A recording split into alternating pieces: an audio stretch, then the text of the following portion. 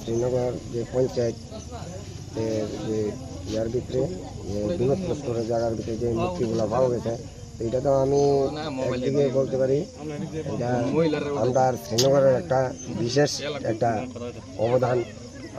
ঠাকুর আমরা লোক যে দর্শন দিব আমরা তো জীবনে ভাবতে পারি না, ঠিক না? প্রায় এত বছর আমি শ্রীনগর বসবাস করার পরে আমরা এমন কোনো মূর্তি আমরা যে শ্রীনগর দেখছিও না বা অন্য জায়গাতেও আমরা দেখছি না আর কি। ঠাকুর আমরা দিকে মনে হয় একটু দর্শন করছে, আমরাও একটু তাইনের প্রতি আমরা একটু দেখি কি করা যায়, এটারে একটা মন্দির টন্দির নিয়ে আমি করে দিতে পারি, এতটুকুই আর কি। কোন জায়গাতে পাইছে এটা পেয়েছে যেন বালুঘাট তারা করে, এটা বিনোদ করে খোয়ারি আর কি, বালুর খোয়ারি একটা। এই জায়গাতে কোনো ধরনের আগে কোনো মন্দির বা কিছু আসলো কি এখানে? না না, এখানে আমরা তো এখানে পাড়ার লোকের যেখানে এমন কোনো মন্দির টন্দির নাই বা এমন কোনো পূজাবালি বসে না, বা একটা যদি বিসর্জনের জায়গা টাকা থাকে এটাও আমরা পাইছি না। কত বছর পুরনো হবে মন্দিরটা, ঠাকুরটা? ঠাকুরটা আমার তো মনে হয় এটা 100 বছর আগের মনে হয়, এমন বেশি হবে না, কয়েক লাখ, ঠিক না?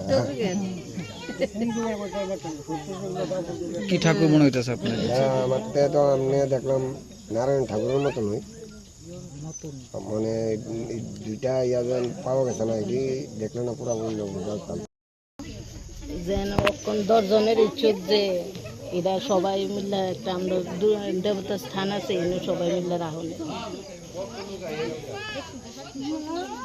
আমাকে বালু তুলতেছে মেশিন দিয়ে, তখন বালুর সাথে এটা প্রথম মাথাটা বাইরেছে, পরে পুরো বডিটা বাইরেছে। হ্যাঁ, বডিটা পাওয়ার পরে বডিটা তুলে নিয়ে আসছে, কতক্ষণ পরে নিচটা পাওয়া গেছে, চরণগুলো পাওয়া গেছে। একটা হাত পাই নাই, হাতটা বাটটা খাওয়ার পর আবার নামছি বালু তুলতে, তখন হাতটা পাইছি। কি মনে হইতেছে আপনার এটা পাওয়াতে?